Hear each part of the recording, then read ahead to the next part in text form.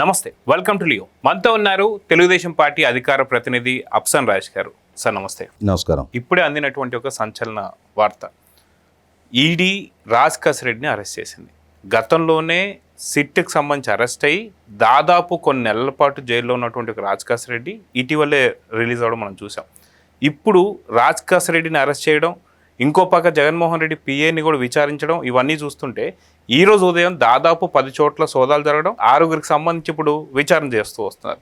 So next తలుపులు తాడేపల్లి అని చెప్పేసి అంటున్నారు. మొత్తానికి జగన్కి ఈడీ నోటీసులు అందబోతున్నాయా రేపో మాపు అంటే ఏమంటారు? ఇప్పుడు వాస్తవంగా ఈ జగన్మోహన్ రెడ్డి పాలనా హయాం నాటి లిక్కర్ ముడుపుల కేసు విచారణ జరుగుతున్న ప్రతి సందర్భంలో కూడా నాలాంటి వాళ్ళందరం ఎవరు ఎన్ని సందర్భాల్లో ఏ విధంగా చర్చలు చేసినా అందరు వీళ్ళు జగన్మోహన్ రెడ్డి వైపే చూపిస్తూ వచ్చాయి.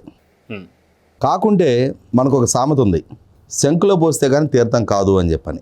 అలాగే విచారణ జరుపుతున్న విచారణా సంస్థ జగన్మోహన్ రెడ్డి ప్రమేయాన్ని నిర్ధారిస్తూ అతను కూడా విచారించి మొట్టమొదటి అతనికి సమన్లు అందజేసి అతను విచారణకు పిలిచి అతని ప్రమేయాన్ని నిర్ధారణ చేసేదాకా అతను పెద్ద మనిషిగానే తిరుగుతూ ఉన్నాడు ఇవాళ. అయితే పాలకుడుగా జగన్మోహన్ రెడ్డి ఆయన ప్రభుత్వ హయాంలో తీసుకొచ్చిన మద్యం పాలసీ, ఆ మద్యం పాలసీ అమలు క్రమంలో ఆయన ద్వారా నియమించబడ్డ వాసుదేవ్ రెడ్డి, ఆయన ద్వారా నియమించబడ్డ రాజ్ కసిరెడ్డి, ఆయన పిఏ, ఆయన ఓఎస్డి, ఆయన ప్రభుత్వ హయాంలో రాజ్యసభ సభ్యుడు, ఒక లోక్సభ సభ్యుడు, ఆయన ప్రభుత్వ హయాంలో ఎమ్మెల్యే, వీళ్ళందరూ కలిసి వేల కోట్ల రూపాయల వసూళ్లు ఈయనకి సంబంధం లేకుండా చేశారు అని చెప్పని ఎవరు భావించడానికి ఆస్కారం కూడా లేదు. నాడు ఉప ముఖ్యమంత్రిగా పనిచేసి ఎక్సైజ్ మినిస్టర్గా పనిచేసిన నారాయణ స్వామి గారిని విచారించిన సందర్భంగా ఆయన ఇచ్చిన వాంగ్మూలం గురించి మనకు కొంత లీక్ అయింది.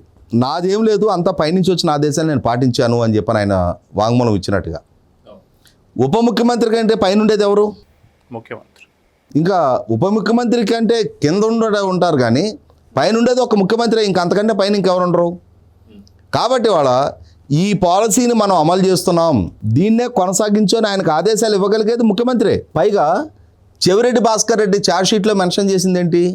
చెవిరెడ్డి భాస్కర్ రెడ్డి ప్రమేయం గురించి, ఆయన పోషించిన పాత్ర గురించి ఏమని సిటు మెన్షన్ చేసింది? వసూళ్ళైన డబ్బుని చెవిరెడ్డి భాస్కర్ రెడ్డి ద్వారా వైసీపీ అభ్యర్థులకు పంపిణీ చేశారు అని చెప్పని. వైసీపీ అధినేత చెవిరెడ్డి భాస్కర్ రెడ్డి కాదు, వైసీపీ అధినేత జగన్మోహన్ రెడ్డి. ఆయన అభ్యర్థులకి చెవిరెడ్డి భాస్కర్ రెడ్డి ఎందుకు డబ్బులు పంపిణీ చేస్తాడు? జగన్మోహన్ రెడ్డి ఆదేశిస్తే నీ దగ్గర ఉన్న డబ్బు పలానా వాళ్ళకి ఇంత ఇవ్వు అని చెప్పని జగన్మోహన్ రెడ్డి చెవిరెడ్డి భాస్కర్ రెడ్డిని ఆదేశిస్తే జగన్మోహన్ రెడ్డి ఆదేశాల మేరకు చెవిరెడ్డి భాస్కర్ రెడ్డి ఆదేశాలను పాటించాడు. పాటించినందుకే చెవిరెడ్డి భాస్కర్ రెడ్డి అరెస్ట్ అయితే అందులో ఒక 50 కోట్లు 100 కోట్లు దక్కించుకొని ఆస్తులు కొనుక్కున్నందుకే చెవిరెడ్డి భాస్కర్ రెడ్డి అరెస్ట్ అయితే మరి వాళ్ళ వేల కోట్ల రూపాయల మామూళ్ళు, ఈ మామూళ్ళు 5 సంవత్సరాల పాటు ఈ వసూళ్ల పర్వం కొనసాగించిన క్రమంలో అంతిమ దోపిడీదారుడు జగన్మోహన్ రెడ్డి, ఈ మొత్తం వ్యవహారానికి కింగ్ పిన్ జగన్మోహన్ రెడ్డి అని ఒక సామాన్య ఆంధ్రప్రదేశ్ రాష్ట్ర పౌరుని అడిగినా తను సమాధానం చెప్తాడు. కాకుంటే నేను ఇందాక చెప్పినట్టుగా దాన్ని మీరు నేను మన నోటి మాటగా అనుకుంటే చెల్లుబాటు కాదు. దాన్ని ధృవీకరించాల్సింది, అతను విచారించాల్సింది, అతని ప్రమేయాన్ని నిర్ధారించాల్సింది, అతను అదుపులోకి తీసుకోవాల్సింది, అతను చట్టం ముందు దోషిగా నిలబెట్టాల్సింది విచారణ జరుపుతున్న SIT.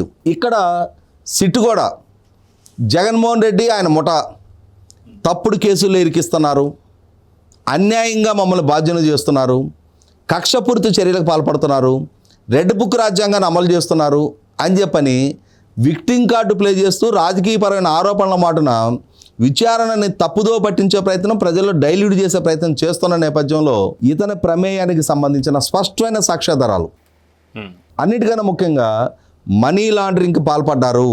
Prevention of money laundering act కింద పిఎంఎల్ఏ కేసు ఎన్ఫోర్స్మెంట్ డైరెక్టరేట్ ద్వారా నమోదైంది.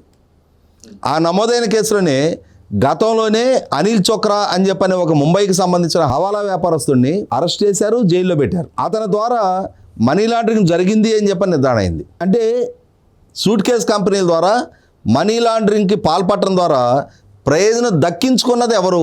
ఈ వేళ్ళన్నీ జగన్మోహన్ రెడ్డి తలుపు వైపే చూపిస్తూ ఉన్నాయి. కాబట్టి ఇవాళ రాజ్ కసిరెడ్డి మరొకసారి ఈడీ ద్వారా అరెస్ట్ అయిన నేపథ్యంలో ఇప్పటికే గడిచిన వారం రోజులుగా స్పెక్యులేట్ అవుతూ ఉంది. జగన్మోహన్ రెడ్డికి ఈడీ నోటీసులు సర్వ్ చేయబోతూ ఉన్నారు, సజ్జల రామకృష్ణారెడ్డికి ఈడీ నోటీసులు సర్వ్ చేయబోతా ఉన్నారు అని చెప్పని.